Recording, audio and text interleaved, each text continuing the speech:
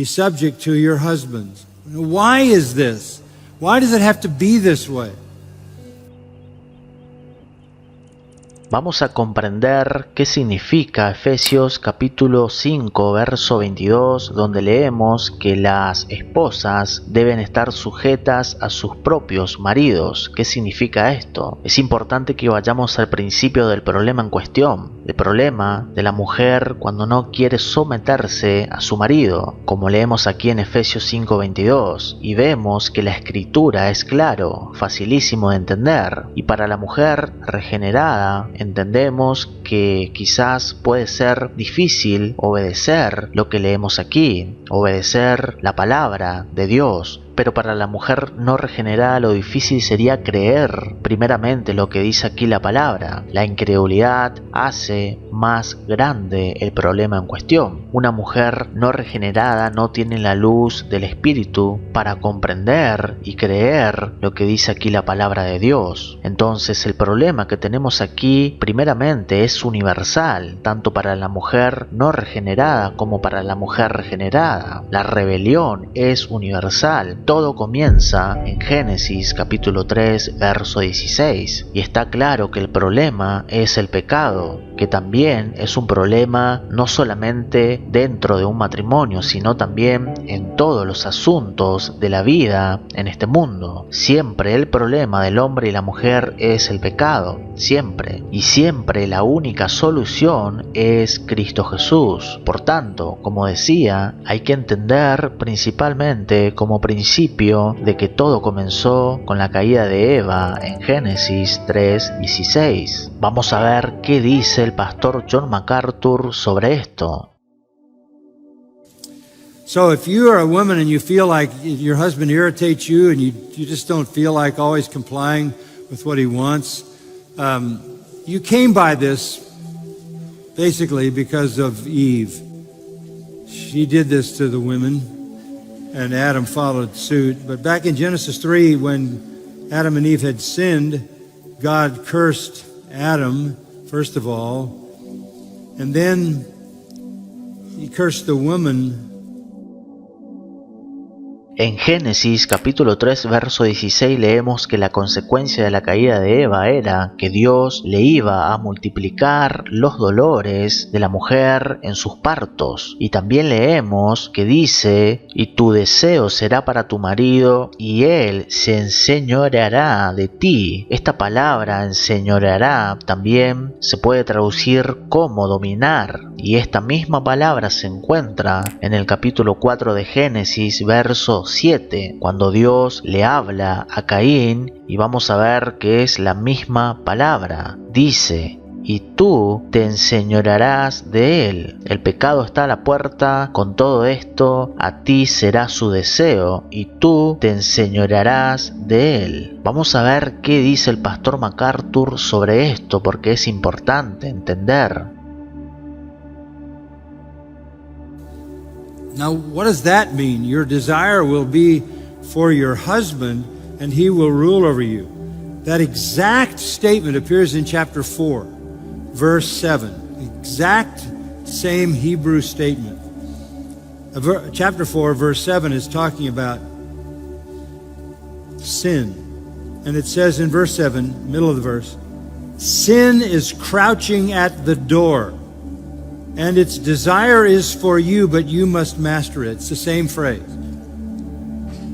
Whatever sin wants to do is what the woman wants to do. It's not a desire that's physical. It's not a desire for intimacy that's being referred to here. It's a desire to overthrow. It's a desire to dominate. That's what sin wants to do. And you must master it. That's what the Lord said to Cain. You can't let sin master you. You must master it. Its desire is to overpower you. Same exact phrase, speaking of women. The desire for women will be to overpower the man, and he must rule over you.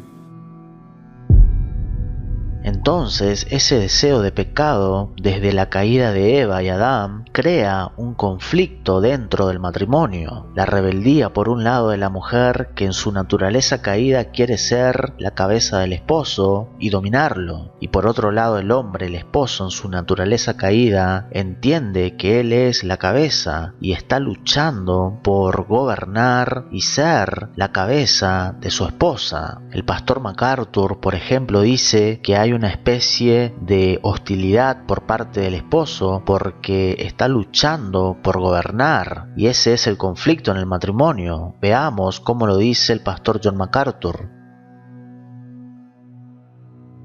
Well, that leads to rebellion in a marriage and even a kind of hostility on the part of the husband who is struggling to rule. That's the conflict in marriage. You have women innately in their fallenness not wanting to submit, and you have men in their fallenness wanting to dominate, and that's the battle of the sexes as it's known. But I want you to understand that that's all basically in the book of Genesis.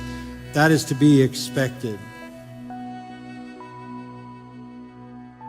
Como Adán no cumplió ese rol de cabeza sobre Eva, vino el pecado y Eva fracasó junto con Adán. La palabra es claro en 1 Timoteo capítulo 2, porque primero fue creado Adán y después Eva, y no fue Adán el que se dejó seducir, sino que Eva fue engañada y cayó en el pecado. La mujer que verdaderamente está en Cristo y que se sujeta al señorío de Cristo también se sujeta a su esposo. Es una sujeción de respeto primeramente a Dios y a su marido, porque entiende que es Dios quien desde el principio ha establecido que el hombre es la cabeza de la mujer.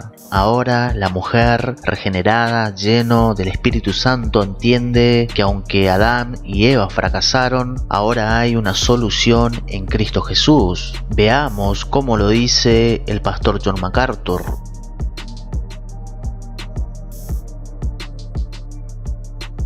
So, in the woman submitting to her husband, there's the assumption that something in Christ is now possible that apart from Christ was not possible or not likely. You can do this now because of the indwelling Holy Spirit, because of the transformation of your life. MacArthur también citó Colosenses 3:18, que las esposas estén sujetas a sus maridos. Es lo mismo que leemos allí en Efesios capítulo 5 verso 22. En este punto, el pastor MacArthur hace la pregunta de por qué esto tiene que ser así. Y esto simplemente es así porque Dios quiso que sea así y es el diseño de Dios desde el principio. Los creó a ambos de manera diferente. Al hombre más fuerte y a la mujer más débil, en el sentido de que es la más frágil, que es lo que leemos en 1 de Pedro 3:7. MacArthur también aclara algo muy importante, que la jefatura del hombre sobre la mujer no tiene que ver con que el hombre sea más inteligente que la mujer, no tiene que ver con que el hombre sea más espiritual que la mujer. Vamos a ver qué dice MacArthur sobre esto para finalizar.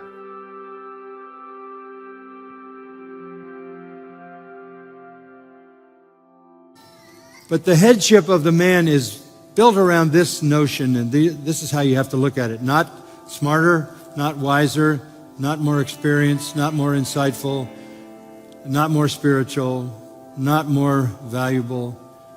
It is simply that God designed men to be physically stronger, constitutionally designed by God to work, to protect, to provide for, to secure the wife, whom the Holy Spirit calls in 1 Peter 3:7 the weaker vessel. Not weaker intellectually, not weaker mentally, not weaker in wisdom or any virtue at all, but merely by God's design. And we get that. That's why there's such a furor when men want to participate in women's sports. Anybody gets that. It's obviously not a possible compatibility. because men have a completely different system that makes them stronger than women. Para escuchar los sermones completos del pastor John MacArthur tiene que visitar en inglés gti.org y en español gracia.org con la voz en español del pastor Luis Contreras.